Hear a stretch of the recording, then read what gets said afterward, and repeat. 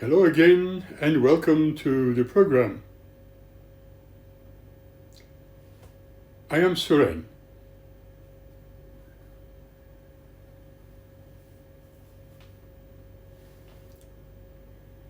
Let us talk about love. What is love? Is it perhaps just another emotion? Good question. In some circles, emotion is being described as a stirred up or even a heightened reaction, such as love, fear, anger, or grief. Herein, we discover an emotion is being aroused when a person or animal views something as either bad or good. When a person feels like running away from something, it appears to be hurtful, and we consider this emotion as fear. If the person wants to remove the danger by probably attacking it, we usually call this emotion anger. The emotions of joy and love are aroused when we think of something that can help us.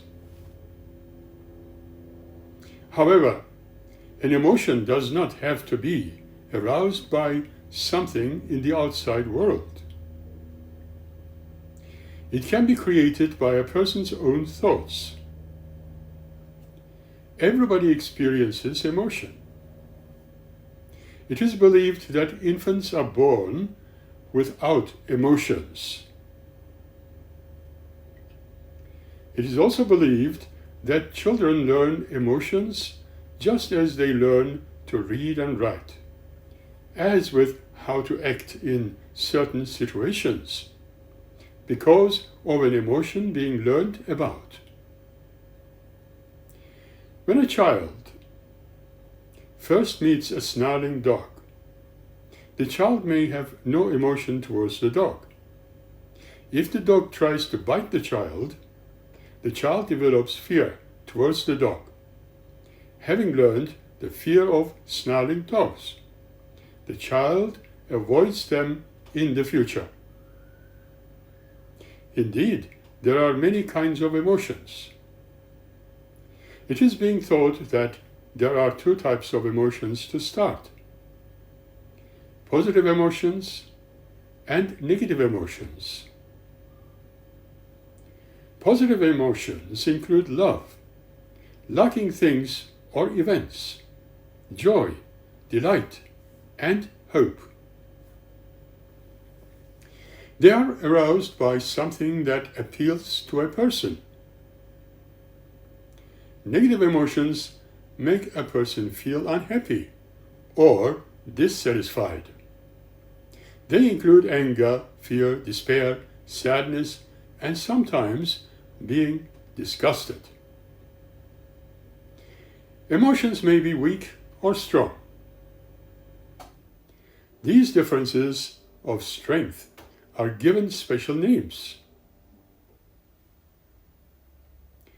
A very angry person is in a rage. When the same person is mildly angry, he or she is merely irritated or annoyed. Pain, disappointment, and fear are emotions that are as natural as joy and love. In growing up, a person learns to cope with negative emotions in order to be happy. How do emotions help us? Good question. Emotions are known to trigger chemical and physical changes in the body that often help to protect it against danger. Some strong emotions cause parts of the nervous system to send signals to various glands and organs. The glands and organs prepare the body to defend itself. In fear, for example, the adrenal gland empties a hormone called adrenaline or epinephrine in the bloodstream. This hormone causes a series of changes in the body. The heartbeat increases and blood pressure rises. Much blood shifts from the digestive organs to the brain and skeletal muscles. Now, the larger amounts of sugar empty into the bloodstream. The breathing rate increases. We can consider these emergency measures as to give the body more energy to face the crises. Different hormones cause varying degrees of changes in the body. This helps explain why the face becomes pale and mouth dry when a person has stage fright, for example.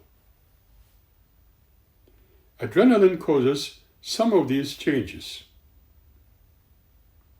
When a person is angry, an other hormone called noradrenaline or norepinephrine goes into action. It causes the face to become flushed and the stomach juices to flow freely. How do emotions harm us? Good question. If the bodily changes caused by emotions continue for a long time, vital tissue damage can result. For example, constant fear can produce stomach ulcers.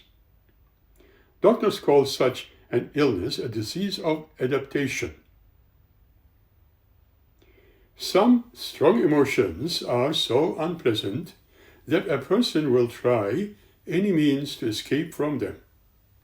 In order to feel happy, the person may choose unusual ways to avoid the emotion. For example, people in fear of dying from an illness usually convince themselves that they are not sick. Experts in the mental health field call this a defense mechanism.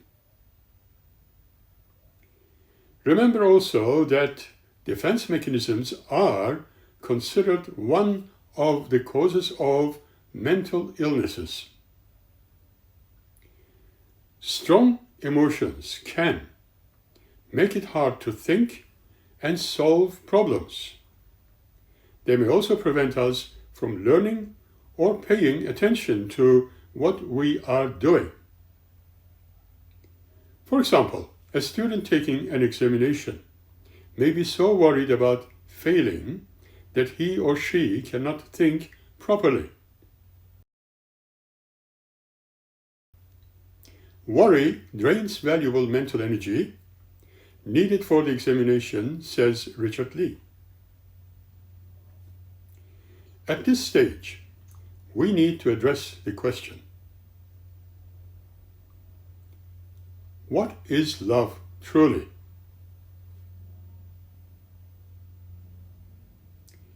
Love is, in fact, considered as a multifaceted emotion and is a behavior which is being characterized by deep affection, intimacy, passion, and commitment towards another person, even animal or a thing, anything.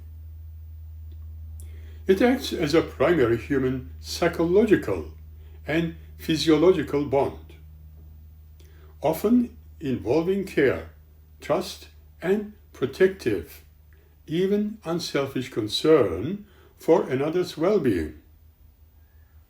Consider now the key aspects of love. Firstly, we need to convey on the types of love, often divided into a passionate love, intense longing, sexual attraction, and compassionate love, intimacy, deep attachment, commitment. What about components of love? Well, this involves emotional closeness, warmth, and in romantic context, sexual desire. Expressions of love. They are indeed expressed through acts of kindness, words of information, and quality time. Components of healthy relationships are most certainly built on trust, open communication, shared values, and mutual respect. Love is considered a universal human experience, existing across cultures as a means of bonding. According to encyclopedias, love is an emotion characterized by strong feelings of affection for another arising out of kinship, companionship, admiration, or benevolence. In a related sense, love designates a benevolent concern for the good or wealth of others. The term is also used to refer to sexual attraction or erotic desire towards another. Love as an individual emotion has been studied in several scientific disciplines, including psychology, biology, and neurosciences, anthropology, and sociology. The word love is often described as a powerful feeling. Psychologists also tend to characterize it as a complex emotional and cognitive experience that is shaped by factors such as attachment, biology, and behavior. When we ask about what love is, we literally are asking what it is and how these elements work together to create attraction, connection, and long-lasting bonds. By understanding love from a psychological perspective, you can learn more about how we build relationships, keep them strong, and maintain these connections over time. What love really means when it comes to actual emotion of it, some people would say it is one of the most important human emotions. Love is, in fact, a set of emotions and behaviors characterized by intimacy, passion, and commitment. It involves care, closeness, protectiveness, attraction, affection, and trust. Some prefer to say it is not any kind of emotion in the way we typically understand them, but an essential physiological drive. Psychologist and biologist Enrique Pruna says the following: love is a physiological motivation such as hunger, thirst, sleep, and sex drive. There are countless songs, books, poems, and other works of art all about love. You'll probably have one in mind as we speak right now. Yet despite being one of the most studied behaviors, it still is the least understood. For example, researchers debate whether love is a biological or cultural phenomenon. How to tell when you are in love? And what are some of the signs of being in love? Let's consider. According to psychologist Rubin, romantic love is made up of three elements. Attachment, needing to be with another person and desiring physical contact and approval. Caring, valuing the other person's happiness and needs as much as your own. Intimacy, sharing private thoughts, feelings, and desires with the other person. Based on this view of romantic love, Zick Rubin developed two questionnaires to measure these variables, known as Rubin's scales of liking and loving. While people tend to view people they like as pleasant, love is marked by being devoted, possessive, and confiding in one another. The obvious question is, are there different types of love? Not all forms of love are the same, and psychologists have identified the number of different types of love that people may experience. These include friendship. This type of love involves liking someone and sharing a certain degree of intimacy. In this situation, this form of love often involves intense feelings of attraction without a sense of commitment.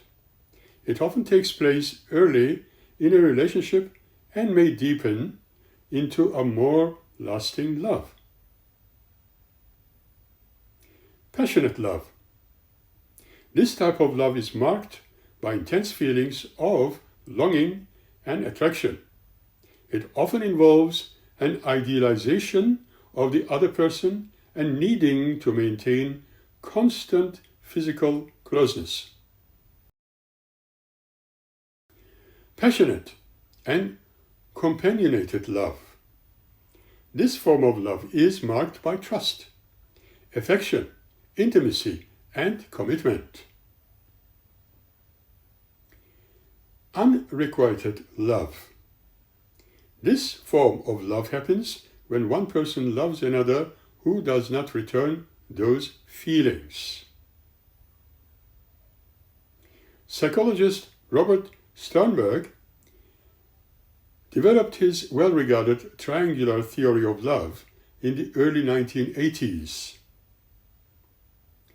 Much research has been built upon his work and demonstrated its universality across the cultures. Herein, Sternberg identifies three components of love: intimacy, passion, and commitment that interact to produce 7 types of love. Friendship, intimacy, infatuation, passion, empty, commitment, romantic, intimacy, passion, companionated, again, intimacy, thoughts, commitment, passion, consummate, intimacy, compassion, commitment. And here is the other question. How does culture and biology shape love? Have you thought about that? Love is most likely affected by both biology and culture. Although hormones and biology are important, in the way we express and experience love is also influenced by our own conceptions of love. Some researchers suggest that love is a basic human emotion, just like happiness or anger. All others believe that it is a cultural phenomenon that arises partly due to social pressures and expectations. Research has found the romantic love exists in all cultures, which suggests that love has a strong biological component. It's a part of human nature which seeks out and finds love. However, culture can significantly affect how individuals think about the experience and display romantic love. Let us ask that question again. Is love an emotion? Many researchers disagree somewhat on the characterization of love. One might say that it is not any emotion in the way we typically understand, but an essential physiological drive. On the other hand, the American Psychological Association defines it as a complex emotion. Still, others draw a distinction between primary and secondary emotions and put love in the latter category, maintaining that it is driven from a mixture of primary emotions. How does love affect your mental health? Love, attachment, and affection have an important impact on well-being and the quality of life. Loving relationships have been linked to lower risk of heart disease, decreased risk of dying after a heart attack, better health habits, increased longevity, lower stress levels, less depression, lower risk of diabetes. Tips for cultivating and showing love. Let's talk. Lasting relationships are marked by deep levels of trust, commitment, and intimacy. Some more tips that you can do help cultivate loving relationships include: try loving kindness meditation.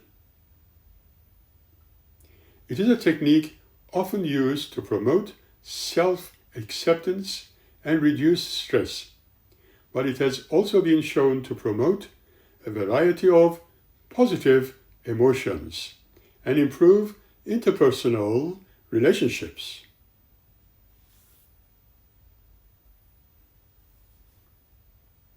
It involves meditating on a person you love and care about, focusing on warm feelings and your desire for their well-being and happiness. Communicate. Everyone's needs are different. Remember, the best way to ensure that your needs and your loved one's needs needing to be talked about and considered. Helping another person feel loved involves communicating that love to them through words and deeds. Some ways to do this includes showing that you care, making them feel special, telling them they are loved, and doing things for them. Tackle conflict in a healthy way. Never arguing is not necessarily a sign of a healthy relationship. More often than not, it means that people are avoiding an issue rather than discussing it. Rather than avoiding conflict, focus on hashing out issues in ways that are healthy in order to move a relationship forward in a positive way. How to show love to another person. There is no single way to practice love. Every relationship is unique, and each person brings their own history and needs. Something that you can do to show love to the people you care about include: be willing to be vulnerable. Be willing to forgive. Do your best and be willing to apologize when you make mistakes. Let them know that you care. Listen to what they have to say. Prioritize spending time with the other person. Reciprocate loving gestures, an act of kindness. Recognize and acknowledge their good qualities, even certain things about yourself. Show affection. Make it unconditional. Showing love can have positive benefits on your own mental health. According to one study, how loved you feel is directly related to how much love you show to others. Shakespeare once said, "The course of love never did run smooth." Love can vary in intensity and can change over time. It is associated with a range of positive emotions, including happiness, excitement, life satisfaction, and euphoria, but it can also result in negative emotions such as jealousy and stress. No relationship is perfect, so there will always be a few problems, conflicts, and misunderstandings, and disappointments that can lead to distress or even heartbreak. Some of the potential pitfalls of experiencing love include anxiety, that is depression, and increased stress. Jealousy, that is obsessiveness. Possessiveness, that is sadness. And remember, everyone is bound to experience at least some negative emotions associated with love. However, it can become problematic if those feelings are above positives or start to interfere with other person's ability to function normally. Love has long been a topic of interest for poets, writers, musicians, and artists, but only fairly recently has it become the subject of scientific investigation. Believe it or not. In the past, the study of love was left to the creative writers to depict for us the necessary conditions for loving. And according to Sigmund Freud, in consequence, it becomes inevitable that science should concern herself with the same materials whose treatment by artists has given enjoyment to mankind for thousands of years, he added. Research on love has grown tremendously since Freud's remarks, but early explorations into the nature and reasons for love drew considerable criticism also. During the 1970s, US Senator William Proxima rallied against the researchers studying the subject of love and wrote in their words describing it as a waste of taxpayer dollars.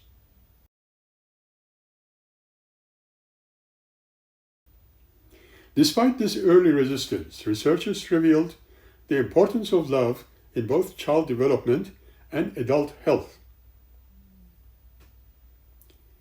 Love is such an important and a beautiful emotion that no human wants to live without it. That is, under completely normal circumstances. Then the question comes to mind.